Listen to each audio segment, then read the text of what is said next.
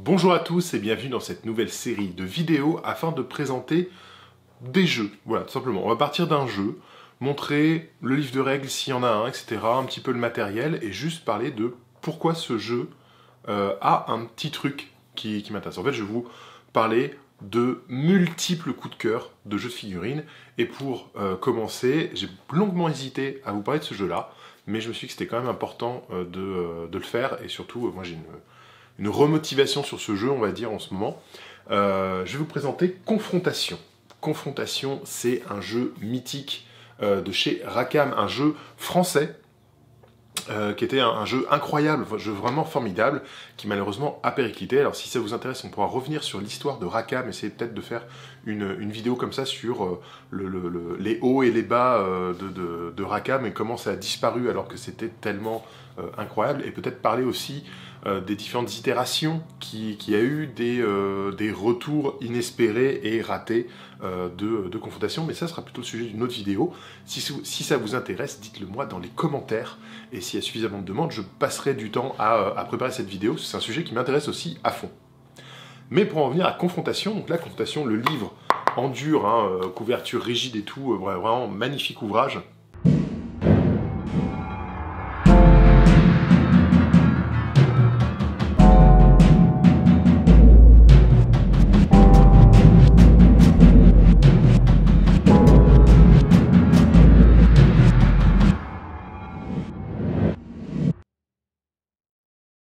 C'est la 3e édition de Confrontation.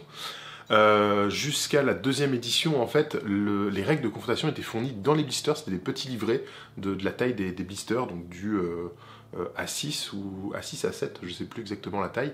Vraiment tout petit livret avec les règles. Il y avait Confrontation qui étaient les règles de base, Incarnation qui étaient les règles de personnage, et Incantation, Divination, Incantation les règles de magie, Divination les règles de prêtrise. Et je crois qu'il y en a... Et Fortification, les règles de machine de guerre. Voilà, ça revient au fur et à mesure. Donc voilà. À partir de la 3e édition, on a un bouquin en dur comme ça, qui va avoir la particularité d'être assez épais, mine de rien. Il n'y a pas de... Il n'y a quasiment pas d'historique. Hein. L'historique, je crois que c'est une douzaine de pages. 10 pages, voilà. Il y a 10 pages d'historique. Et après, c'est que de la règle, donc c'est quand même un bouquin qui fait 212 pages. C'est pas mal. Sachant qu'il n'y a aucun profil à l'intérieur du bouquin, c'est vraiment donc purement de la règle. Par contre, il va y avoir plein de compétences, puisque ça va être ce qu'on appelle un jeu à compétences. Sur votre profil de personnage, il y a une liste de compétences, les compétences que possède ce personnage, et les compétences, les règles elles-mêmes sont expliquées à l'intérieur du livre. Voilà. Donc il faut savoir que si tu as instinct de survie dans le livre, page 123, enfin, je dis au pif, je sais pas du tout qu'est-ce qu'il y a page 123. Ce serait drôle que ce soit juste. Dans 123, c'est le déploiement. Donc je sais pas, si on cherche instinct de survie, alors les compétences elles sont où? Divination, incantation, compétences, ouais les compétences. Alors instinct de survie, je sais même plus si elle existe encore cette compétence. Je dis instinct de survie, mais... Instinct de survie, voilà, page 139, instinct de survie. Compétence passive, avant chaque jet de blessure contre un combattant doté de cette compétence, le joueur qui le contrôle doit lancer un D6 sur un 6, le jet de blessure est annulé. Voilà, tout simplement.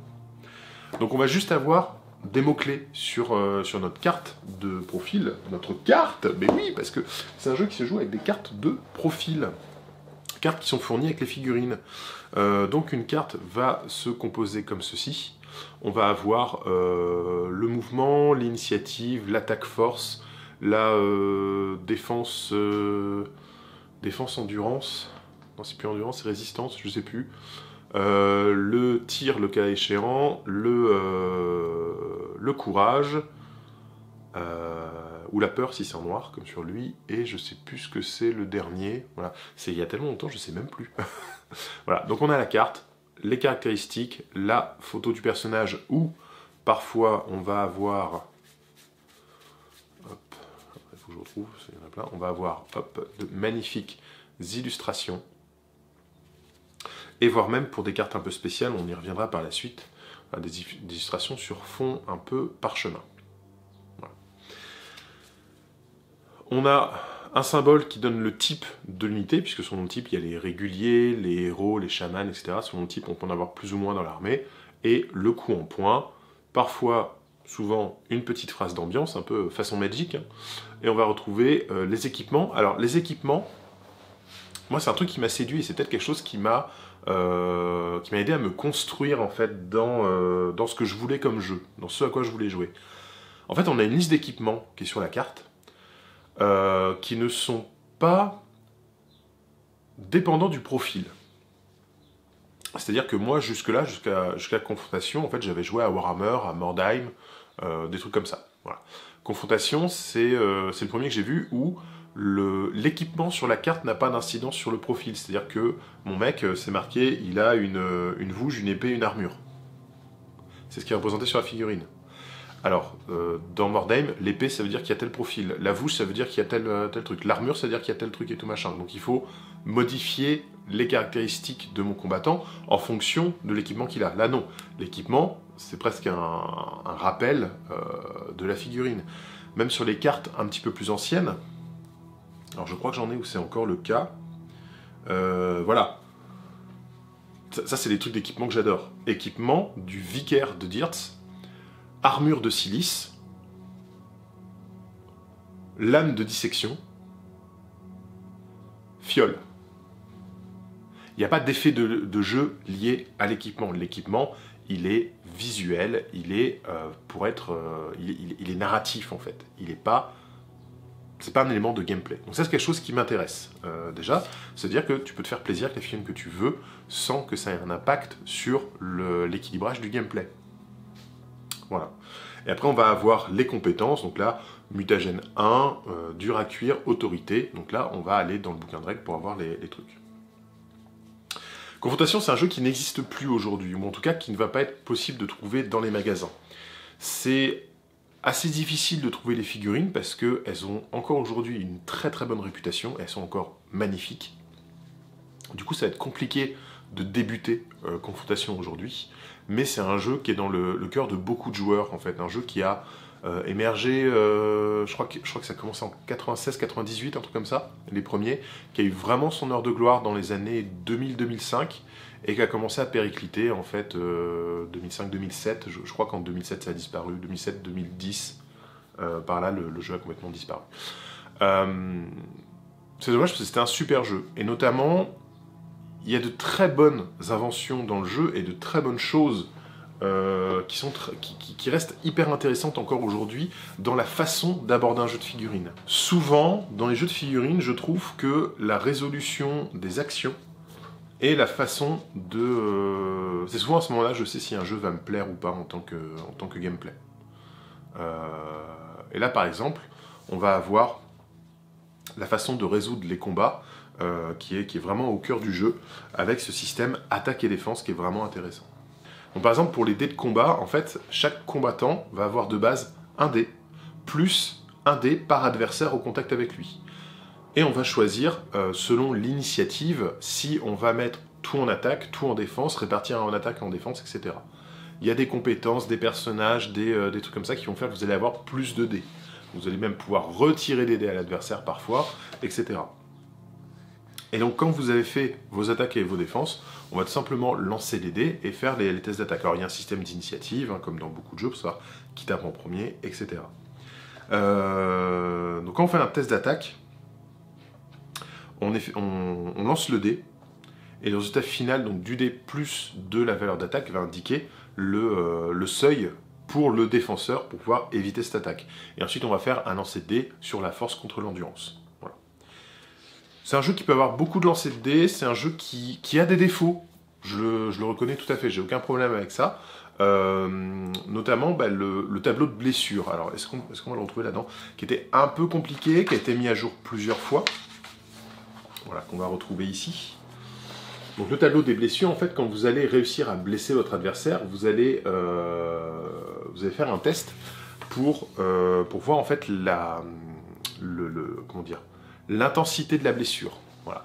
et vous allez pouvoir faire très mal ou à peine égratigner votre adversaire selon son endurance, selon des compétences, encore une fois, dur à cuire, hein, par exemple, qui fait remonter un truc, selon des types d'armes, les armes sacrées, les armures sacrées, donc sur un double tu fais rien, sur un double tu tues automatiquement, voilà, il y a des choses comme ça. Et ce qui fait que ça peut être soumis à une certaine chance, c'est-à-dire que tu fais un double 6, peu importe le résultat, tu as tué ta cible, peu importe l'endurance, etc. Machin. Tu as tué ta cible si tu fais un double 6. Sachant qu'il y a des armées qui ont armes sacrées, c'est tu tues ta cible si tu fais un double, peu importe lequel. Donc, on a une poule de chance qui est... enfin, l'écart de chance est assez présent, et ça peut être un petit peu rebutant parfois. Mais ça, c'est un truc qui a été souvent modifié, souvent changé, et il faut savoir qu'aujourd'hui, si le jeu n'existe plus en tant que tel, il n'y a plus d'éditeur qui possède le jeu, et le jeu n'est plus disponible en magasin.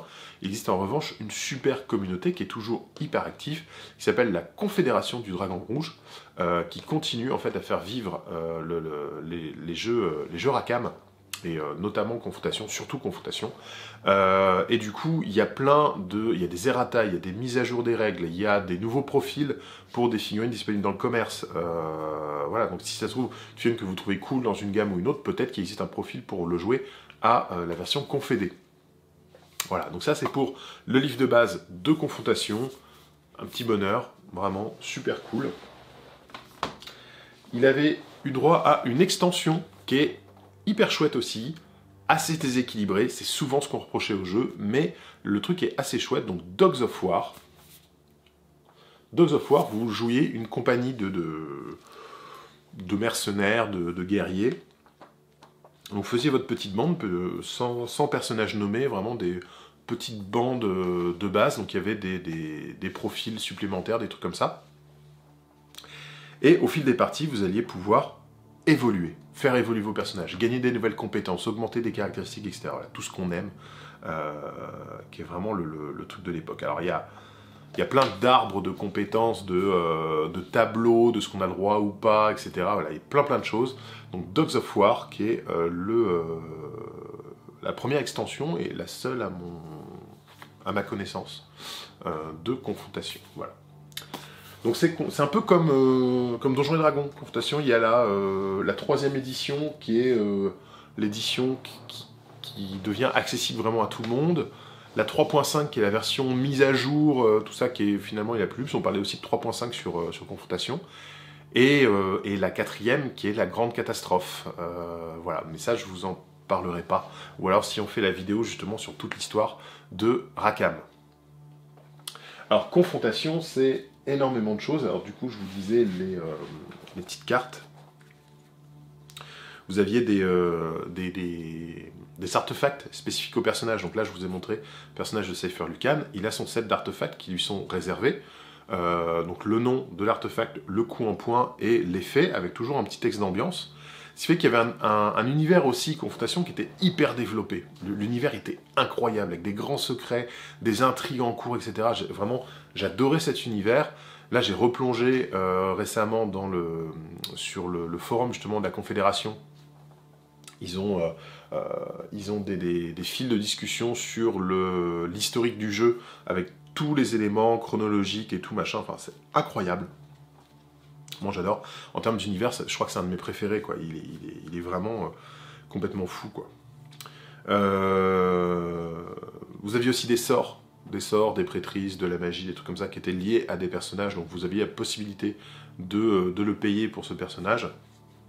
Et encore une fois, toutes les cartes de profil liées à une figurine étaient fournies avec la figurine. C'était vraiment sympa. Avec des petits des petits défauts, on va dire. Il y avait certaines cartes qui étaient disponibles avec un personnage parce que c'était lui le premier à l'utiliser, mettons. Et en fait, cette carte était par la suite disponible pour tout le monde, potentiellement, tu vois, dans une liste d'armées. Mais il fallait avoir ce personnage pour avoir la carte. Voilà. Et on était au tout début d'Internet, au tout début des communautés en ligne et tout, sur ce moment-là, quoi, au début des années 2000. Donc on avait moins de facilité à obtenir les cartes les cartes manquantes, il n'y avait pas de Army Builder en ligne ou de choses comme ça, quoi. Donc voilà. Donc vraiment, gros coup de cœur sur Confrontation. À voir si on fait une vidéo beaucoup plus poussée dessus pour vraiment le passer en détail. Et pour vous dire que Confrontation, à une époque, on pensait vraiment... Enfin, moi, j'étais au lycée à l'époque. On se disait déjà que Games Workshop, c'était trop cher. Et je vous parle de l'époque où Games Workshop sortait un Dreadnought plastique, kit multipart avec toutes les options, etc. à 35 €. Et on trouvait ça hors de prix. Land Raider venait de sortir, il était à 50 €, c'était hors de prix. On trouvait ça beaucoup trop cher et on se disait que Rackham allait finir par remplacer Games Workshop tellement ils font des trucs géniaux. Les figurines métal étaient incroyables de finesse, une gravure de ouf avec des designs qui sortaient de l'ordinaire. Et c'est à tel point qu'il y a eu un magazine officiel de Rackham qui s'appelait le Cryavoc. Alors les premiers Cryavoc, c'est plutôt des livrets, c'est pas très gros, mais il y avait beaucoup de cartes de profil qui étaient fournies avec des versions améliorées. En fait, il y avait des incarnations pour les personnages. Souvent, tu avais un personnage qui sortait, c'était sa première incarnation, niveau 1. Et en fait, par la suite, tu pouvais avoir une seconde incarnation. Donc, certains personnages avaient une nouvelle figurine. Le personnage avait augmenté en puissance, enfin physiquement il avait changé, donc il y avait une nouvelle figurine, et du coup nouveau set de cartes, etc. Et en fait certains personnages passaient uniquement par une nouvelle carte, avec une illustration, etc. Ce qui fait que tu gardais ta même figurine, tu annonçais juste à ton adversaire quelle version des deux personnages tu jouais, quoi. Voilà. Et donc il y avait des scénarios, voilà, des petites choses super sympas. En fait c'était plus qu'un magazine. Les Cryavox, c'était vraiment du matériel de jeu supplémentaire qui sortait tous les 2-3 mois, je crois. Quelque chose comme ça. Alors j'avoue que, étant au lycée, j'en achetais pas beaucoup parce que c'était assez onéreux. On est sur le fascicule fait 32 pages. On est sur 32 pages, donc d'aide de jeu, de scénario, de trucs comme ça, à 20 € avec le set de cartes. Et c'était un set de 15 cartes. Même pas 12 cartes, ouais, 12 cartes. Donc, c'était assez onéreux. Et finalement, j'en ai retrouvé par la suite. Alors, il faut savoir que les cartes des Cryavox sont très recherchées. J'ai retrouvé des Cryavox par la suite et en fait, c'est super sympa à lire. Enfin, il y a plein de trucs, des scénarios pour hybrides. Un jeu de plateau dans l'univers de Confrontation, enfin un équivalent à Space Hulk en fait, Hybrid et Nemesis qui sont vraiment super cool. Pareil, je les ai, je vous ferai peut-être une présentation, un de ces quatre, qui était un peu ce que Games Workshop a fait par la suite, en sortant à tout va des jeux comprenant 2 bouts d'armée, et en fait c'était plus intéressant d'acheter le jeu que d'acheter les armées à part. Et ça, Hybrid l'avait déjà fait avec des figurines métal magnifiques, la loge de Odd et les rejetons de l'Hérésiarque, c'était superbe, la première aberration en métal, mais sublime. Donc voilà, donc il y a eu quelques Cryavoc. Bon, pareil, là j'ai un autre Cryavoc, toujours avec des profils pour Hybrid, les Nexus, des sortes de jetons objectifs avec des effets. Et après, le Cryavoc a un petit peu évolué, devenu comme ça, donc quelque chose de plus gros. Il n'y avait plus de cartes. Il n'y avait pas le côté carte, en fait, avec. Là, on est sur du 80 pages. 80 pages à 10 €. Voilà. Et là, j'ai commencé à en acheter. C'est un petit peu plus magazine. C'est-à-dire qu'on va avoir vraiment le côté... l'édito. Voilà, qui était très sympa à lire et tout, c'était chouette. Et surtout, on va avoir le côté les sorties du mois. Voilà. Donc c'était, encore une fois, là ça date de quelle année, mai 2007. Et du coup, ouais, Internet n'est pas aussi présent qu'aujourd'hui. Du coup, on peut annoncer des trucs à venir dans un magazine. Alors, pour vous dire là, les nouveautés à venir. Alors, il y a 15 pages de nouveautés du mois, plus une double page de preview à venir dans les prochains mois. Voilà, après, des tutos peinture, donc ça c'est cool. De l'histoire. et des ponts entre leurs différents jeux, en fait. Donc si vous aviez la figurine de tel personnage, voici comment le jouer dans tel jeu, etc. Des mini-jeux aussi. Il y a, ça j'aime bien ce numéro, et j'ai mis un petit post-it là. L'échiquier de Cadwallon, qui est qui est en fait comment dire, un dérivé d'un jeu traditionnel viking, qui est sympa. Bon, il faut beaucoup de figurines de Cadwallon pour pouvoir y jouer, donc je sais pas si quelqu'un a déjà joué à ce jeu-là, dites-le moi en commentaire et dites-moi si c'est bien en fait. Voilà, des scénarios pour le jeu de rôle, parce que oui, il y a un jeu de rôle dans l'univers de Confrontation, il y a un jeu de rôle qui s'appelle Cadwallon, que j'adore de tout mon cœur, et dont je vais aussi vous parler. Voilà. Donc il y a eu plusieurs numéros, bon j'en ai une pile. Ce sera peut-être l'occasion d'un archive un jour de dépiler un peu tout ça, de regarder un petit peu les différents numéros, pour être sympa. Et petit, pareil, ça fait partie de mes coups de cœur, c'est le catalogue de Confrontation, qu'on réussit à faire enfin qu'on vraiment suivi Games Workshop dans cette voie.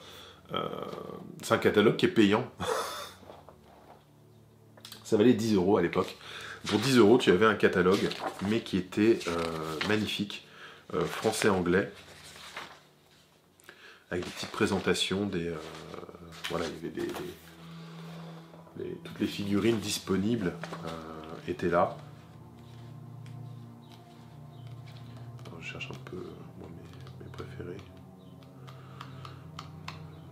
Moi, c'est mon coup de cœur, c'était les alchimistes de Dirtz. Il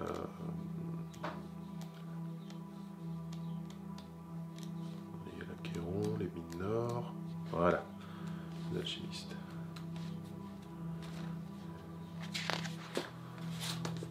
Des choses comme ça. Et donc là, ouais, on a un catalogue avec vraiment toutes les références qui étaient sorties à ce moment-là. Certaines qui sont encore sous forme de dessin uniquement. Parce que soit c'était pas encore sorti, sur le point de sortir, soit il n'y a pas de version peinte qui existait encore et les cartes étaient sorties en version crayonnée. Voilà. Et donc du coup, on parlait du jeu de rôle, et c'est quelque chose que j'adore, et j'ai peut-être encore plus joué au jeu de rôle Cadwallon que je n'ai joué à Confrontation, pourtant j'ai beaucoup joué à Confrontation. Mais Cadwallon, voilà, c'est un super jeu. Enfin non, c'est pas un super jeu, parce que les règles elles sont nulles. C'est un super univers. Faut vous dire que on a, au niveau de l'histoire de Confrontation, on a Arklash, le continent d'Arklash, le monde sur lequel tout ça se passe. Tous les peuples sont en guerre, au bord de l'implosion. Ça va déboucher sur le Ragnarok, qui est une grosse guerre mondiale. On est sur le point, on est vraiment au seuil du Ragnarok quand le jeu se passe, jusqu'à la version 4 de Confrontation où le Ragnarok a eu lieu, et là on passe sur un jeu d'armée. Mais on est sur de l'escarmouche avant ça, avant que le Ragnarok ne soit déclenché. Donc on est encore dans des petites disputes entre factions, rivales, etc. Et au milieu de tout ça, il y a Cadwallon. Cadwallon, la ville franche. Cadwallon, c'est une ville qui a survécu à tout, à travers le temps, à travers les âges. C'est une ville qui s'est toujours reconstruite, c'est une ville qui est construite sur des villes, qui sont construites sur des villes, sur des villes, sur des villes, tu vois. Et c'est aussi, surtout, une espèce d'encre dimensionnelle, puisque c'est une ville qui a des accès aux différents royaumes élémentaires. Et donc ça va être une espèce de plaque tournante, comme ça, du monde tel qu'il est. C'est un peu central, en plus, Cadwallon, au niveau de Arklash. Voilà, c'est un point de pivot hyper important. Et Cadwallon est une cité franche, donc qui est une cité qui n'appartient à aucune faction d'Arklash, à aucun peuple, à aucun état. Et c'est une faction qui accueille tout le monde, à condition que le Ragnarok reste derrière les portes. Donc tu peux venir, peu importe d'où tu viens, peu importe qui tu es, peu importe quel est ton passé, tu seras toujours le bienvenu à Cadwallon, tant que tes inimitiés liées à ton peuple restent en dehors de la ville. Alors tout le monde fait oui, très bonne idée, etc. Mais en fait, il y a des intrigues géopolitiques à l'intérieur qui sont forcément en cours et qui sont d'une richesse incroyable. Enfin voilà, moi j'adore cet univers. Le système de jeu est nul à chier. L'écriture est une folie. J'ai voulu faire rejouer le jeu quelque temps. J'ai plein de post-it et tout sur les endroits à aller chercher et tout. Il il y a un système de défi, enfin de paris, ça s'appelle les paris. Il y a un système de paris dans le jeu. Et en fait, ça consiste à prendre un risque supplémentaire avant de lancer les dés pour ton action, pour améliorer la qualité de l'action. Voilà, typiquement pour lancer des sorts, pour essayer de convaincre quelqu'un, etc. Des choses comme ça. Je me souvenais vaguement de la mécanique du pari, je sais qu'elle existe, j'ai relu 3 fois le bouquin avant de la retrouver. Et je ne l'ai pas retrouvée en passant par un index ou quoi que ce soit, parce qu'il n'y a pas pari dans les index. Non. Je l'ai retrouvée vraiment en me disant, mais c'est pas possible que je passe à chaque fois à côté, parce qu'on parle quand même d'un bouquin de 300 et quelques pages, je crois. Il y a tous les index et les fiches à photocopier à la fin. On est sur 350 pages, un bouquin de 350 pages, pas arriver à retrouver une règle en le lisant 3 fois ou d'un moment machin. Et en fait, j'ai retrouvé la règle. La règle, c'est incroyable. La règle, elle est au tout début, un truc qu'on trouve dans plein de jeux de rôle. Qu'est-ce qu'un jeu de rôle? Et donc, dans qu'est-ce qu'un jeu de rôle, à un moment, on va me dire, on va lancer des dés. On appelle ça des D6. D'ailleurs, quand tu lances un dé, tu peux faire un pari. Non, mais... Est-ce que vous, joueurs chevronnés, vous lisez ces 3 pages au début de tous les bouquins qui disent « Qu'est-ce qu'un jeu de figurines? Qu'est-ce qu'un jeu de rôle? Vous n'avez jamais joué, je vais vous expliquer. D'ailleurs, le point central du jeu, c'est ça. Et du coup, comment on lance un dé ?» Enfin, voilà, je m'ai mis un petit post-it hein, pour le retrouver, tellement c'est-à-dire que, qu'est-ce qu'un dé? On va utiliser des dés à 6 faces, on va raccourcir par D6, et comment on résout une action? En fait, on va lancer un dé, et selon le résultat, ça va te dire si c'est réussi ou pas. Et du coup, tu peux faire un défi pour augmenter la qualité de ton truc. Putain, on te parle de qualité, on t'a pas expliqué encore les actions à faire, et t'as même coordonné ses efforts. On peut s'y mettre à plusieurs pour faire une action. Putain, ça aussi, c'est là, quoi. Voilà. Et ensuite, t'as l'histoire d'Arklash, présentation des peuples, etc. Et ensuite, les règles. Incroyable, incroyable. Mais... c'est un univers incroyable, c'est un univers dans lequel j'adore jouer, j'adore faire jouer, j'ai écrit des campagnes pour Cadwallon. Il existe 2 suppléments, malheureusement, je n'en ai qu'un, parce que j'étais étudiant encore à ce moment-là, j'avais pas assez de sous pour tout acheter, donc j'avais acheté le premier, le deuxième, j'avais pas pu me le prendre, et puis ça a rapidement disparu. Donc si jamais quelqu'un a le secret volume 2, bah ça m'intéresse à fond, voilà, et pareil s'il y a de l'écran de maître du jeu pour Cadwallon, je suis très intéressé. Voilà. Donc ça, c'est juste une petite vidéo pour vous dire que c'est quoi Confrontation, c'est quoi le concept.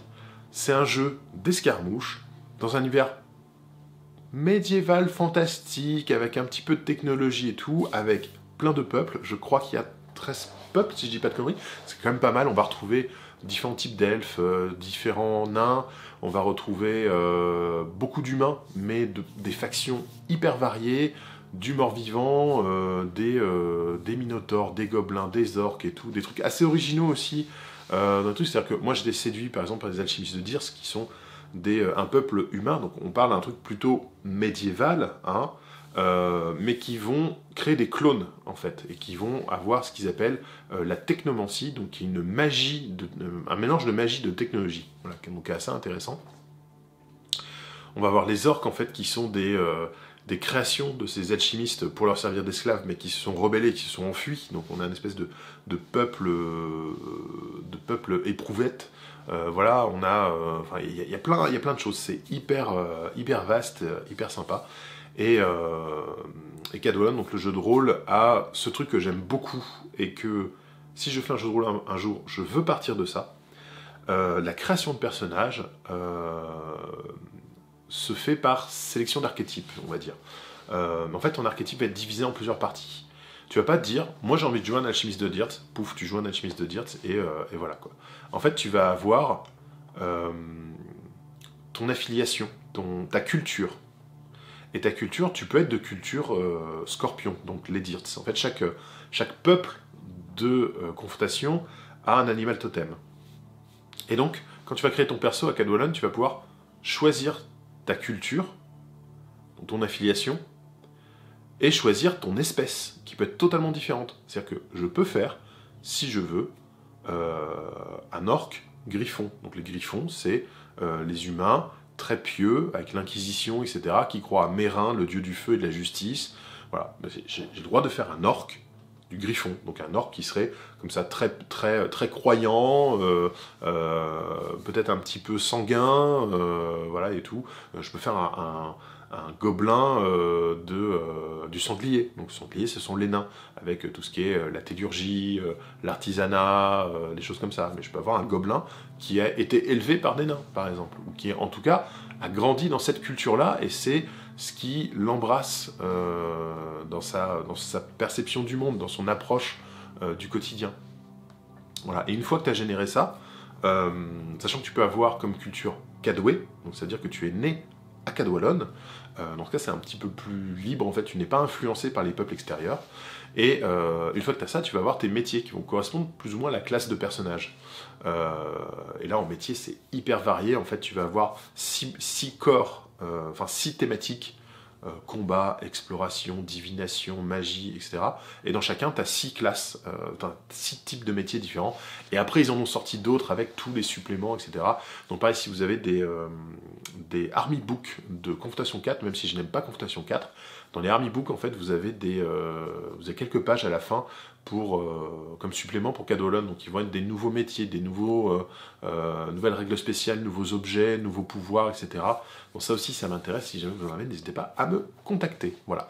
Bon, je pense que une grosse demi-heure sur cette présentation très générale de Confrontation, c'est pas mal. Je teste ce format, voilà, faire des vidéos rapides, sans montage, juste lancer comme ça, avec un super appareil photo là, prêté par ma femme et un micro directement dessus. On va voir ce que ça donne. Moi, ça me réduit énormément le travail en amont et en montage. Donc on va voir si c'est bien. Dites-moi dans les commentaires si vous appréciez ce genre de format qui peut être très régulier. Et si vous voulez plus d'infos sur Confrontation, je pense que de toute façon je finirai par faire une grosse vidéo globale avec l'histoire de Confrontation, une vidéo sur les bouquins ou archives, etc. etc. Voilà. Attends, je vous fais plein de bisous et je vous dis de tester plein de jeux, de avancer dans votre curiosité ludique et d'aller voir ce qui existe à côté. C'est toujours intéressant, on peut découvrir des petites pépites. Allez, salut!